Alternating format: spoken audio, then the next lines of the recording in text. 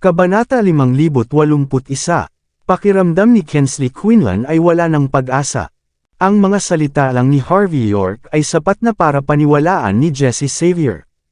Dapat ay kakampi ni Kingsley si Jesse, pero madali nitong pinili na kumontra. Tumayo bigla si Lexi York na tahimik lang kanina. Tama iyon. Ang paninira sa mga kinatawan ng Martial Arts Alliance ng bansa sa pamamagitan ng pang-aabuso sa kapangyarihan ay isang krimen. Kung hindi mo ito maipapaliwanag, kailangan nating imbestigahan ito ng lubusan. Kung mayroong anumang hindi pagkakaunawaan, o napilitan kang gawin ito, kailangan mong magsalita ngayon. Ang 4 na haligi ang maglilinis ng iyong pangalan. Ngumiti si Jesse bago tumingin ng malalim. Tama iyon. Kailangan mong maging tapat. Bagamat, mas mabuti nang huwag kang mag-imbento ng kwento. Mas malaking kasalanan iyon. Ang tanging paraan para makawala ka sa sitwasyong ito ay sabihin sa amin kung sino ang nasa likod mo. Dahil makatarungan si Representative York, naniniwala akong ang pangunahing salarin lang ang kanyang hahanapin. Huminga ng malalim si Peyton Horan.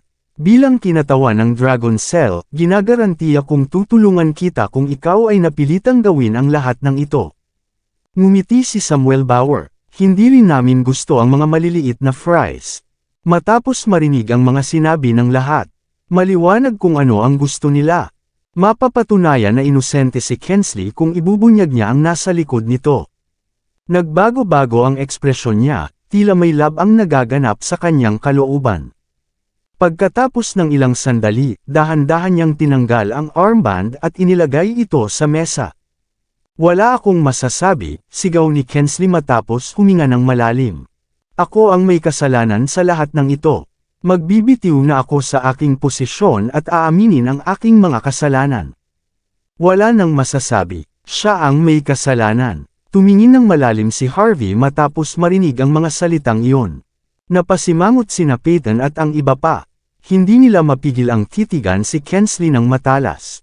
Walang inaasahan na magiging ganito katibay ang babae mula sa pamilya Quinlan.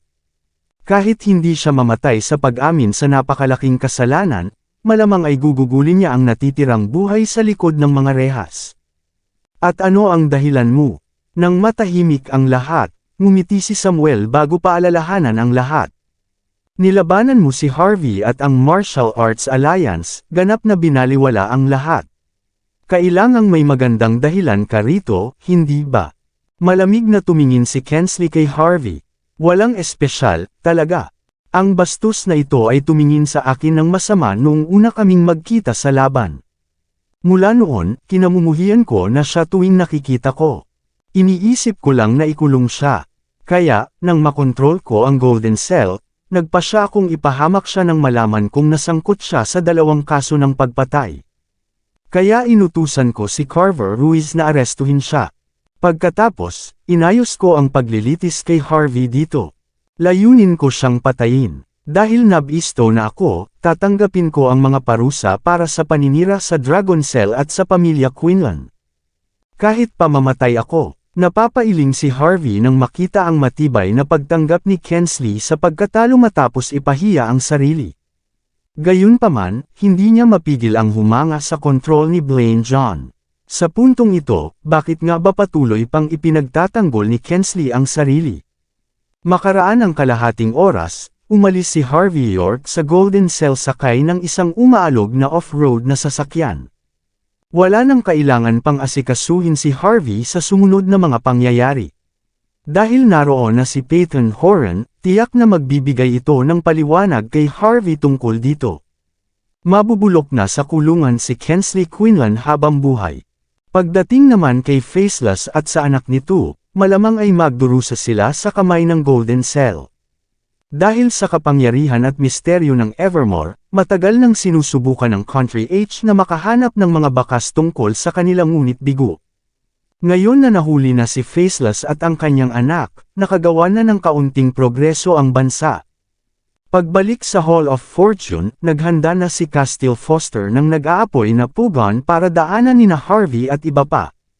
Nagsimula itong sumigaw ng kung ano-ano matapos iyon. Napabuntong hininga si Harvey. Wala na siyang masabi nang makita ang tagpong iyon. Pagkatapos ng lahat, siya na ang pinakasanay sa ganitong uri ng sitwasyon. Di nagtagal, dumating si Darwin Gibson. Inilagay niya ang lahat ng mga eksperto mula sa Golden Sands branch ng Heaven's Gate sa pagkilos. Hindi niya hahayaang may mangyari pa kay Harvey. Hindi tumanggi si Harvey sa alok. Inutusan din niya si Darwin na magpadala ng ilang tao sa Austrian One at Zimmer Enterprise. Kasabay nito, tinawagan niya si Azrael Bolton, umaasang makakakuha siya ng impormasyon sa anumang gulo sa lungsod sa lalong madaling panahon. Matapos ang lahat ng iyon, pumunta si Harvey sa likod bahay upang magtimpla ng tsaa habang kinukwento ang mga naganap na kaganapan. Ayaw mo na talagang magsabi ng iba pa. Narinig ang isang pamilyar na boses habang iniinom ni Harvey ang pangatlong tasa ng tsaa na kanyang nilikha.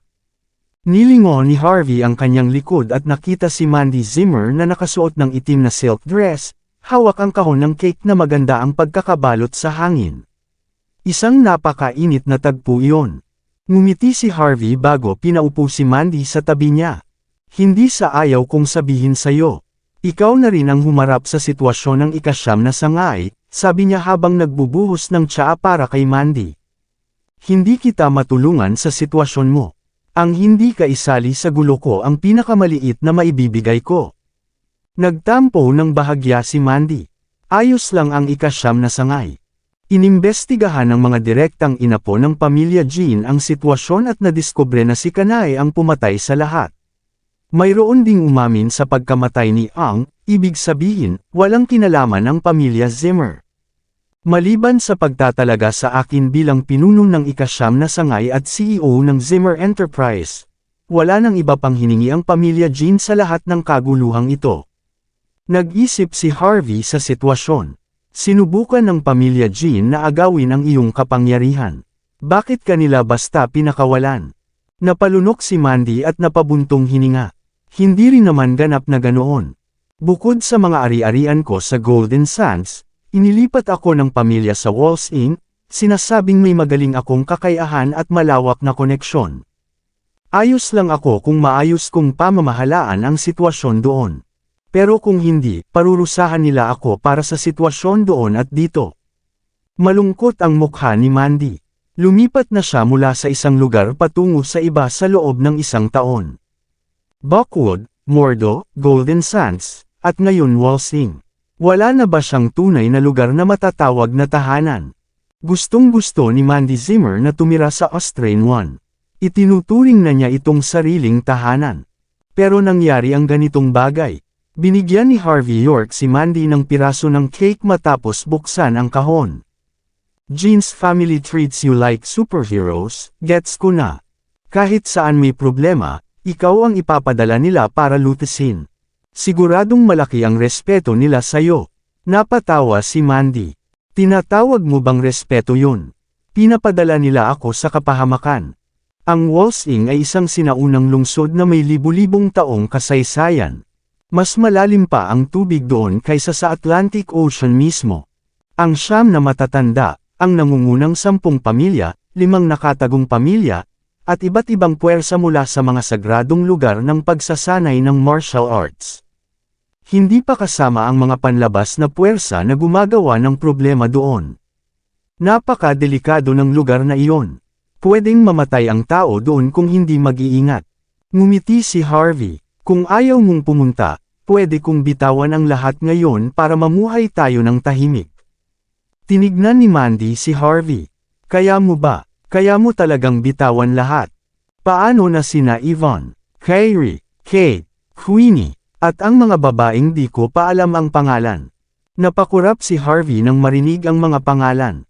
Ano ang gusto mong sabihin? Sabi niya na may ngiti. Magkakaibigan lang kami.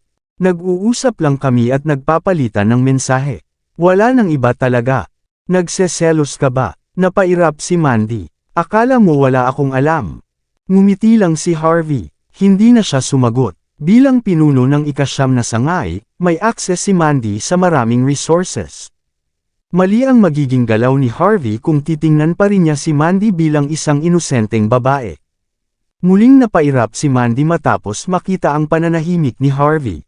Siyempre, pupunta ako sa Walls Inc. Sinabi mong susuportahan mo ako para maging pinuno ng pamilyang Jin, di ba? Kung ganun, kailangan nating umalis anuman ang mangyari. Kung hindi natin malalampasan ang Walls Ing, wala tayong tsansang makarating sa iba pang layunin. Ngumiti si Harvey nang makita ang determinadong ekspresyon ni Mandy. Siyempre, sasamahan kita habang nandito tayo. Talaga ba? Tumingin si Mandy sa pintuan bago pumasok si Castile na may seryosong mukha. Napakunot ang noo ni Harvey nang tumayo si Castile sa harap niya. Mr. York, dumating na si Peyton Horan mula sa Dragon Cell. Tumayo si Harvey at sinenyasan si Mandy na manatili bago tumungo sa pintuan. 18 tao na nakaunipormeng pula ang pumulibot sa lugar sa labas. Casually na nakasandal si Peyton sa kanyang sasakyan na may hawak na tungkod. Ngumiti siya nang makita ang mukha ni Harvey. Kamusta ka, Sir York? Ayos lang ako. Kumusta si Talia? Kilala lamang ni Harvey York si Peyton Horan dahil sa pagliligtas niya kay Talia Horan. Sandali lang silang nagkita. Hindi sila madalas magkita, pero maayos naman ang kanilang relasyon. Ayos lang si Talia. Inilagay ko siya sa dating bahay ko na may tagapagtanggol. Hindi mo na kailangang mag-alala. Ngumiti si Peyton. Pero dapat ikaw ang mas mag-alala sa sarili mo. Ngumiti si Harvey. May nakita ka ba? Tumango si Peyton at tumingin sa paligid bago itinuro ang isang maliit na daan. Pwede ba tayong maglakad? Pumayag si Harvey. Matapos sinyasan ang mga espiya ng Heaven's Gate na umalis, inilibot niya si Peyton. Sinabihan ni Peyton ang mga eksperto ng Dragon Cell na huwag sumunod para bigyan sila ng espasyo. Isang kagubatan iyon na may mga sinaunang libingan sa gilid ng daan. Isa sa mga kliyente ni Harvey ang tumakbo sa lugar na iyon dati, dahilan para siya'y murahin. Alam ni Harvey na may sadyang gumagawa ng problema sa lungsod gamit ang geomancy. Plano niyang lutasin ito pero wala siyang oras. Pagbalik sa lugar, naalala niya ang lahat. Matapos makuha ang impormasyon mula kay Castile, kailangan na niyang lutasin ang isyong ito. Plano niyang tukuyin ang pangunahing salarin sa sitwasyon. Nang makarating sila sa mas malalim na bahagi ng gubat, napabuntong hininga si Harvey. May naisip ako, Sr. Horan. Huwag kang mag-alala kung mabagal ako.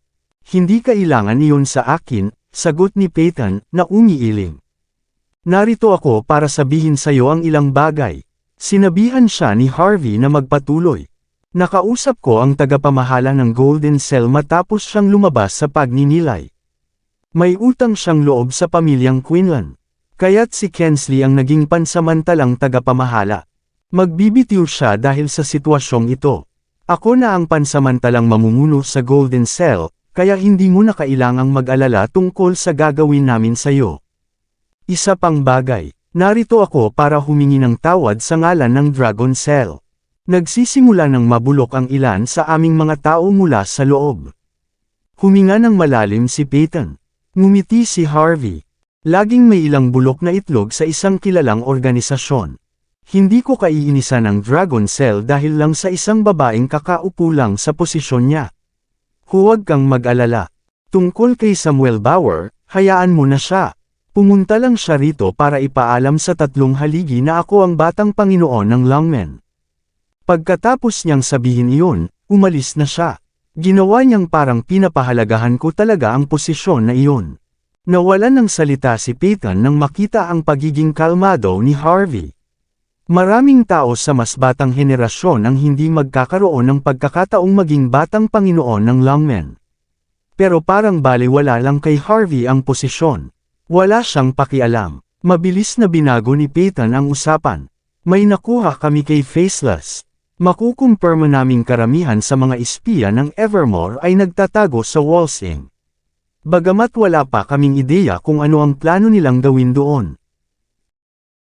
Maraming salamat sa lahat ng sumusubaybay. Please subscribe and follow my YouTube and Facebook channel, Filipino Novel. Maraming salamat po.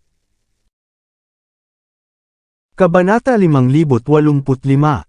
Kung huhulaan ko, tiyak na pipiliin ng Evermore ang pamilya Wright. Kumunot ang noo ni Harvey York. Ang mga Wright, balak bang guluhin ng Evermore si Big Boss? Gusto ba nilang mamatay o ano? Kahit wala ang 4 na haligi at tulong ng 9 elders, dapat kaya niyang alisin ang grupo ng mga taong nagtatago sa Walls Inn ng mag-isa, di ba? Umiling si Peyton Horan. Hindi kasing simple nang iniisip mo ang mga bagay. Matagal nang nabubuhay ang Evermore. Maraming nalalapit na mamatay ang may koneksyon sa kanila. Pwedeng hindi magkaisa ang Walls Inn. Hindi pa rin natin alam kung gaano kalalim ang naabot ng Evermore. Posibleng pati si Big Boss ay mula rin sa Evermore. Kapag gumawa ang Evermore ng aksyon sa Walls Inn, mapapahamak ang buong lungsod. Magkakagulo ang buong bansa. Naging seryoso si Peyton. Dahan-daang tumango si Harvey habang naiintindihan ang sitwasyon. Ang 10 pinakamakapangyarihang pamilya ang nagtatakda ng kalagayan ng bansa. Sa kasalukuyan, ang pamilya Wright ang nangunguna. Hanggat malakas sila, ligtas ang bansa. Kung hindi ganito, magkakaroon ng matinding away ang natitirang 9 na pamilya upang mapanatili ang kanilang posisyon. Kung sasabayan pa ng panlabas na puwersa, babalik sa madilim na panahon ang bansa. Hindi tayo nasa digmaan. Hindi tayo dapat mapunta doon, sabi ni Harvey matapos mag-isip. Tama ka. Bukod pa sa kay Big Boss, magagawang supilan ng Chief Instructor ang 10 pinakamakapangyarihang pamilya. May alamat na nagsasabing magiging bahagi ang Chief Instructor ng 9 Elders, at siya'y tataas bilang isang elder ng puwersang militar. Dahil dito, posibleng pati siya ay target ng Evermore. Hindi titigil ang Amerika, ang Island Nations, ang Empire, at iba pang mga bansang ambisyoso hanggat hindi nagkakagulo ang bansa. Pati Mongolia, baka tumalikod pa sa atin dahil dito. Napabuntong hininga si Harvey. Siya na ang itinuturing na susunod na elder ng puwersa militar. Sino ang nakakaalam kung ano pang gulo ang darating sa kanya sa Walls Inn? Bakit mo sinasabi sa akin lahat ng ito? Tanong ni Harvey matapos mag-isip. Ngumiti si Peyton. Umaasa akong bibisitahin mo ang Evermore kung magkakaroon ka ng pagkakataon. Narinig ko na hinarap mo na ang mga plano ng Evermore sa Blackburn City. Napigilan mo rin sila rito. Baka kaya mong lutisin ang buong problema kung pupunta ka sa Walls Inn. Ngumiti ng bahagya si Harvey. Isa lang akong ordinaryong tao. Wala akong ganoong kalakas na kakayahan. Bukod pa rito, nagkataon lang ang lahat ng ito. Lumalim ang tingin ni Harvey. Gayunpaman, marami pa ring hindi nagagawa. Hindi ko kayang umalis kahit gusto ko. Napakunot ang noo ni Peyton. Huwag mong babanggain sina Blaine at ang mga John, Harvey. Bakit hindi? Ngumiti si Harvey. Walang dapat ikabahala, di ba? Napabuntong hininga si Peyton nang makita ang relax na ekspresyon ni Harvey. May isang bagay na hindi mo alam. Ang Golden Sands ay itinuturing na Midheaven. Sa madaling salita, ito ang lupaing pinagmulan ng bansa H. Ginawa ni Emperor Togon na kabisera ang Golden Sands dahil dito. Gayunpaman, nang umakyat sa trono si Emperor Khan, ang kabisera ng bansa ay inilipat sa Walls Inn. Kahit na ganito, ang kasaysayan ng Golden Sands ay hindi matatawaran. Dahil sa kontrol ng pamilya John sa lungsod, hindi lamang ang pamilya Patel at 6 na hermit families ang naaapi, kundi pati na rin ang buong Midheaven. Sa madaling salita, ang pagbangga kay Blaine ngayon ay magdudulot ng kaguluhan sa buong bansa. Kung wala ng Blaine ang pamilya John, ano ang problema? Tugon ni Harvey. Muling napabuntong hininga si Peyton. Naghanda na si Blaine upang makuha ang buong pamilya. Magiging magulo ang pamilya John kung may mangyari kay Blaine. Magiging ganap na kaguluhan ng lungsod depende sa kanila. Umaasa akong aalis ka muna ng Golden Sands pagkatapos nito. Kung pupunta ka sa Walls Inn, handang samahan ka ng Dragon Cell. Tiningnan ni Harvey si Peyton ng kalmado. Hiniling mo bang iwan ko ang Golden Sands at hayaan si Blaine? Gusto ba ito ng Dragon Cell o pati na rin ng iba pang pundasyon? Nag-atubili si Peyton sandali. Bukod sa lungmen, pareho rin ang pananaw ng iba pang haligi. Abala sina Miss Lexi at Young Master Jesse kaya ako ang pinapunta para kausapin ka. Paano kung tumanggi ako? Tanong ni Harvey. Napabuntong hininga si Peyton muli. Mula sa ibang pananaw, sinusuportahan kita. Pero bilang taga-Dragon Cell, kailangan kong himukin kang huwag tumanggi.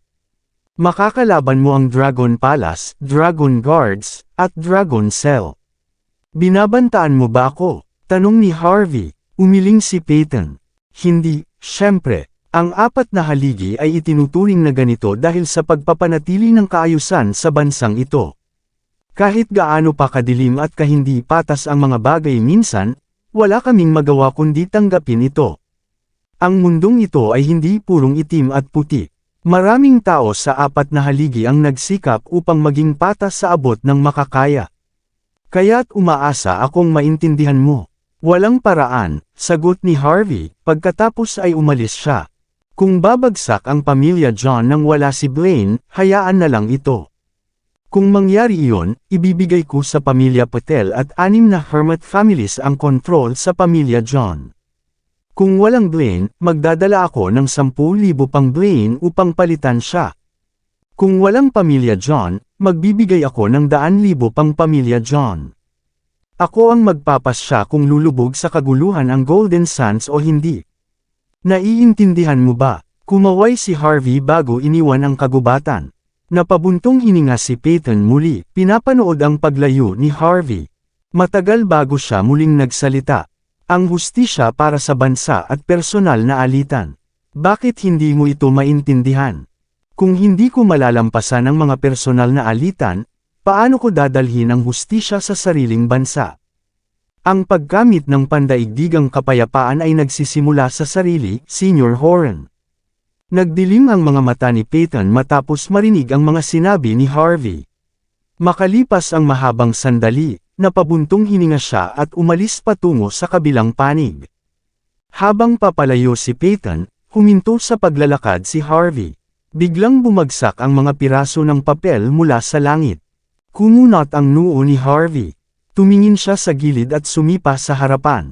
Bam! Isang piraso ng ladrilyo sa lupa ang lumipad patungo sa isang sinaunang lapida.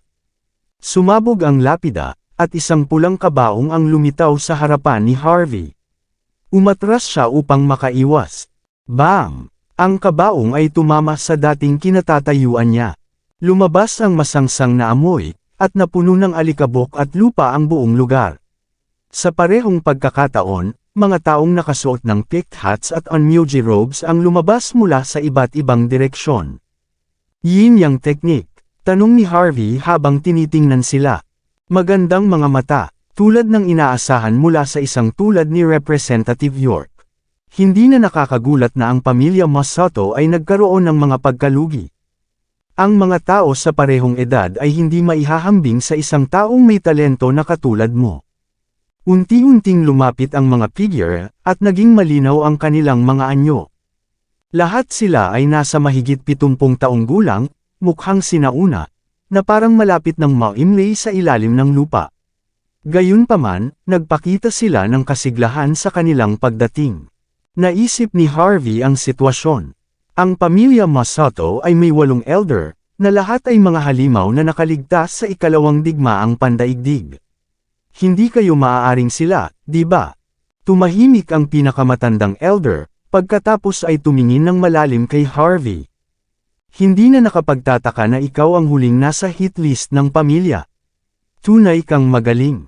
Ngumiti si Harvey. Mukhang tama ako. Maaari mo bang sabihin sa akin kung sino ang unang tao sa inyong listahan? Ano ngayon kung malaman mo? Mamamatay ka rin naman sa lalong madaling panahon. Gusto ko lang malaman kung gaano siya kahusay kumpara sa akin. Tinikit ng elder ang kanyang mga mata saglit bago tinitigan si Harvey. Sa palagay ko, hindi na mahalaga kung sasabihin ko ito sa isang mamamatay na tao. Ang head coach ang nasa itaas ng listahan. Nagpakita ng kakaibang ekspresyon si Harvey. Dahil dumating kayong 8 para patayin ako na nasa ilalim ng listahan, hindi nyo gagamitin ang parehong tao laban sa head coach ngayon, di ba? Huwag mong sayangin ang iyong lakas, Harvey, sabi ng elder na may kalmadong ekspresyon. Siyempre hindi namin gagamitin ito laban sa taong nasa itaas ng listahan. Ang aming hukbo ay magiging 100 beses na mas malakas kaysa rito. Bilang isang tao mula sa bansa H, hindi mo ba naiintindihan kung gaano nakakatakot ang head coach? Sige, tapos na ang usapan. Naghanda na kami. Iwinagayway ng elder ang kanyang kamay, at lumabas ang isang puting talisman. Sa nakita iyon, sumunod ang kanyang mga tauhan. Iniling ni Harvey ang kanyang leeg habang nakangiti. Dahil mamamatay na ako, bakit hindi niyo ako bigyan ng paliwanag? Pagkatapos subukan ni Peyton na kumbansihin akong umalis sa sitwasyon, bigla kayong lumitaw. Kayo ba ay mula sa Dragon Cell? O nasa panig ni Blaine? Tumawa ng malamig ang elder. Ang mga taong tulad ni Peyton ay walang karapatang kontrolin kami. Tumango si Harvey. Naiintindihan. Mukhang marami ng ginawang paghahanda si Blaine para sa kanyang muling pagbangon. Pero sa kanyang pagkakakilanlan lamang, hindi niya kayo makokontrol.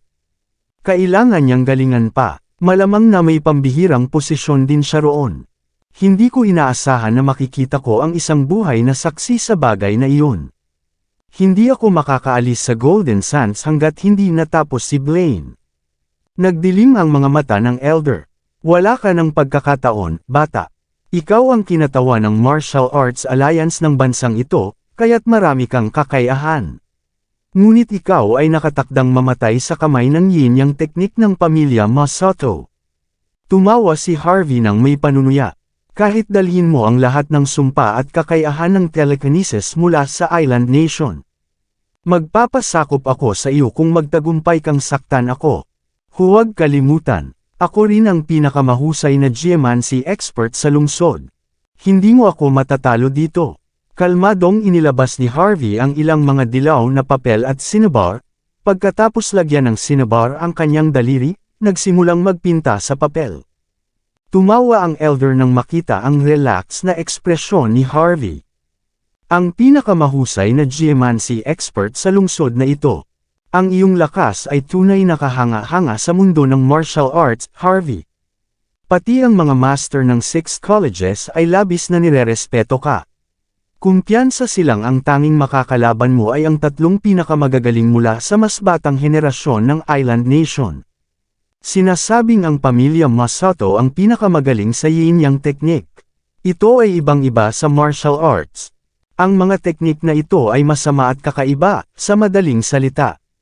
Hindi dapat ito ipinapakita sa publiko. Kapag namatay ka dahil dito, malalaman mo kung gaano katakot-takot ang aming mga pamamaraan. Ang ninuno ng pamilya Masato, si Master Abe, ang unang onmyoji sa Island Nation. Tumawa si Harvey nang may pagkasuklam. Siya lang ang lalaking nagnakaw ng alchemy technique ng bansa H. Ano ang ikaka-proud doon? Itinabi niya ang kanyang cinnabar habang nagsasalita. Ngunit kailangan niyang maging matipid sa paggamit nito dahil medyo mahal ito. Ikaw, paano mo nagawang magsalita ng ganyan? Bago pa makapagbigay ng utos ang pinuno ng elder, isa sa mga elder ang naghagis ng kanyang talisman. Ang talisman ay naging isang itim na uwak na nababalot ng apoy, na parang espesyal na epekto sa mga pelikula. Alam ni Harvey na hindi ito ganun kasimple. Ito ang pinakamataas na antas ng yin-yang teknik mula sa Island Nation. Ang itim na apoy ay bumalot sa hangin, na sinusunog ang mga nakapaligid na puno. Sa nakita ito, malamig nang umiti ang mga elder ng pamilya Masato. Lahat ay naghihintay na masunog ng buhay si Harvey. Tinitigil ni Harvey ang mga uwak na papalapit sa kanya ng may kuryosidad. Nang damaykit ang uwak sa kanyang katawan, kalmado siyang pumikit at pumutok ng daliri. Isang dilaw na talisman ang lumipad mula sa kanyang kamay, at biglang naglaho ang uwak. Dahan-daang bumagsak ang talisman sa lupa, pagkatapos ay naging abo. Kalmado niyang hinaypan ang amoy ng pagkasunog mula sa kanyang daliri. Ito lang ba ang kaya niyo? Hindi yun uubra. Imposible. Natigilan ang mga mukha ng mga elder, at sumigaw sila sa kanilang mga isip, na nagulat. Shikigami ito, isang shikigami mula sa Island Country. Paano nalutas ni Harvey ito gamit lang ang isang talisman na ginuhit niya kanina? Walang kwenta ito. Kailan pa naging ganito kahina ang mga teknik ng pamilya Masato? Sa tingin niyo ba imposible ito? Napasimangot si Harvey. Hindi ko maintindihan. Lagi kayong mahihina, pero gustong-gusto nyong magpasikat. Mahilig ba kayong mag-roleplay? Halos samuka ng dugo ang elder na nasa unahan. Ang 8 elder ng pamilya ay halos 1,000 taong gulang na kung pagsasama-samahin. Ngunit tinatawag silang mahina ni Harvey. Hindi ito mapapatawad. Nagkaroon ng seryosong ekspresyon ng iba pang mga elder. Hindi nila inasahan na kayang basagin ni Harvey ang yin-yang teknik ng pamilya ng walang kahirap-hirap. Kaya pala nagdusa ng husto ang mga taga-isla dahil sa kanya. Talagang kahanga-hanga ang isang batang may talento. Alam na nila ang maraming pagkakakilanlan ni Harvey. Ang Prince of York, ang batang master ng lungmen, at ang Representative York ay iisang tao. Ang taong ito ay nagbibigay ng takot sa bawat taga-isla. Natakot sila na maaaring maging susunod na head coach si Harvey sa paglipas ng panahon. Kaya naman, hindi nagatubili ang pamilya Masato na ipadala ang 8 elder dito. Layunin nilang talunin si Harvey ng tuluyan. Ikaw ay napakatalino, Sir York. Napakahusay ng iyong martial arts at geomancy arts. Mukhang minaliit ka namin nang ilagay ka sa pinakahuli sa listahan. Dapat ikaw ay nasa top 5 man lang.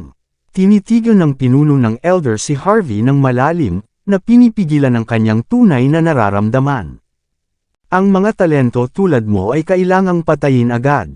Kung hindi, magiging tinik ka sa panig ng Island Nation pagkalipas ng ilang taon.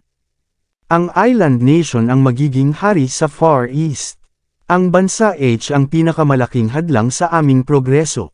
Kaya, para sa kapakanan ng bansa at ng Emperor, wala kaming magagawa kundi patayin ka kahit gumamit pa ng ganitong kahihiyang taktika. Inilabas ng elder ang isang kakaibang espada at dahan daw ang idinikit dito ang isang talisman. Kumikinang ang espada, at may lumabas na parang mata. Tinitigan ni Harvey ang espada. Saglit siyang nag-isip. Demon Sword, mukhang mas maganda ito kumpara sa Muramasa. Marami kayong bagay na ganito. Hindi ko inakala na dadalhin niyo ito para lang patayin ako. Iyan ay isang malaking respeto. Pero, medyo mayabang kayo para gumamit ng espada sa lugar na ito. Sabay-sabay na, utos ng elder, gawin niyo ng mabilis. Ayaw naming magkaroon ng problema pabalik. Kabanata 590. Swoosh, swoosh, swoosh. Iwinagayway ng natitirang 7 elder ang kanilang mga kamay, at agad na naghagis ng kanilang mga talisman. Iba't ibang nakakatakot na hugis na kahawig ng mga hayop ang lumitaw sa hangin. Mga fox, python, at maging isang cyclops. Napabuntong hininga si Harvey, pagkatapos ay muling pumutok ng daliri. Poof! Nagsimulang magsuka ng dugo ang 7 elder, at nanginginig ang kanilang mga katawan. Mahika, ano ang ginawa mo? Nanggagalaiti sa galit ang pinunong elder. Isang elder pa lang ang hindi makagawa ng kahit ano kay Harvey. Ngunit ngayon, kahit 7 pa sila ay hindi man lang siya mag-ahusan. Paninirang puri ito, sigaw ni Harvey. Natuto lang ako mula sa Book of Changes. Blatant geomancy art ito, pero tinatawag niyo itong mahika. Gaano kayo kakapal? Book of Changes. Nagtinginan ang mga elder sa isa't isa. Ayon sa alamat, ang Book of Changes ay may maraming anyo, kabilang na ang alchemy at geomancy arts. May isang grupo sa pamilya Masato na nag-aaral ng Book of Changes sa loob ng maraming taon, ngunit walang nakamit. Gayunpaman, sinabi ni Harvey na ginamit niya ang isang bagay mula sa libro. Labis na nagulat ang mga elder. Hindi dapat hayaan si Harvey na mabuhay. Kung hindi, magiging pinakamalaking banta siya sa Island Nation sa hinaharap. Matapos marinig ang alamat ng pamilya Masato, kailangan kong sabihin, medyo nasobrahan ko kayo ng tingin. Ang 5 royal families at 6 martial arts schools ay puro biro lang. Halika kayong lahat, tigilan nyo na ang pagsasayang ng oras ko. Malapit na ang tanghalian, naghihintay ang babae ko.